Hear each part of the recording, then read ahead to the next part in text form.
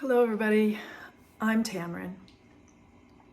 This channel is all about that subtle something that's hard to spot. So today I want to start with telling you that a good friend of mine sent me a video a couple weeks ago of two expert guys talking about self-confidence and that kind of stuff. And I started to watch it, and immediately this memory popped into my head of something that I had read years ago. And it was about a little study of young men who drove aggressively when they were young and followed them through their careers, and the ones that became presidents and CEOs of their companies.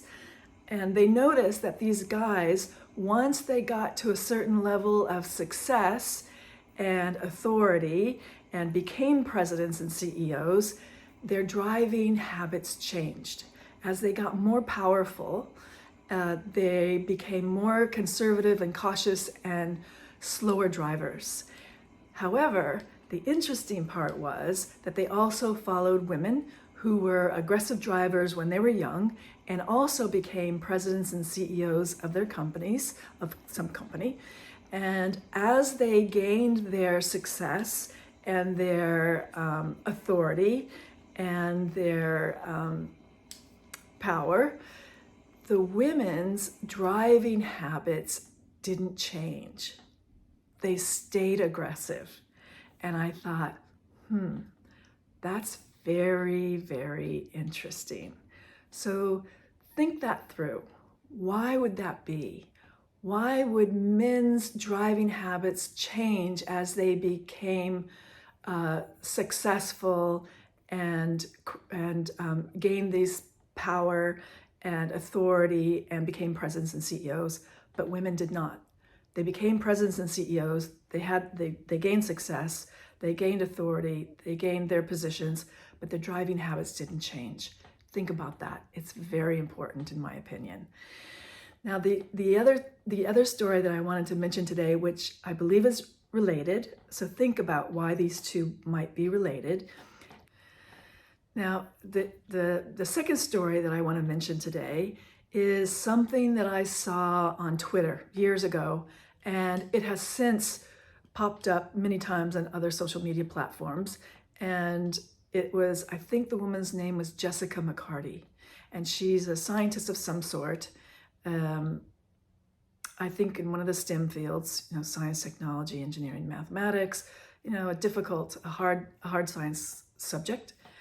And she had either given a paper or was at some kind of conference, and there was a discussion about her research.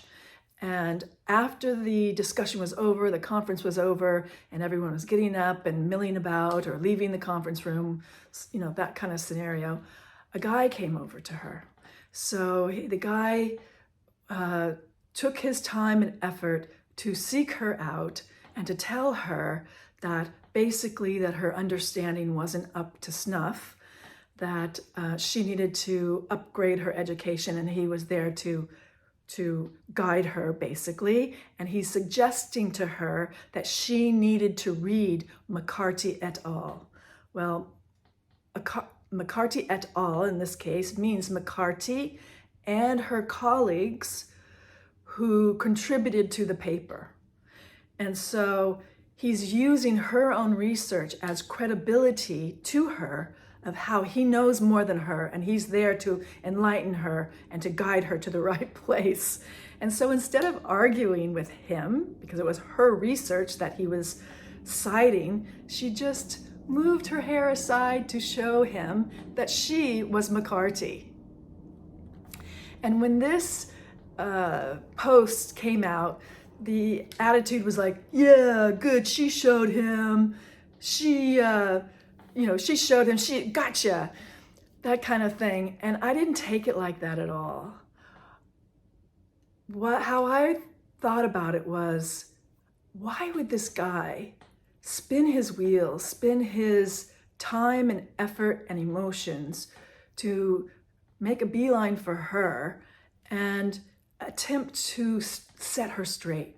why would he even need that? Why would he ever think that she even needed to be set straight? Because she was the focus of this conversation. She was the expert in this discussion because it was about her research.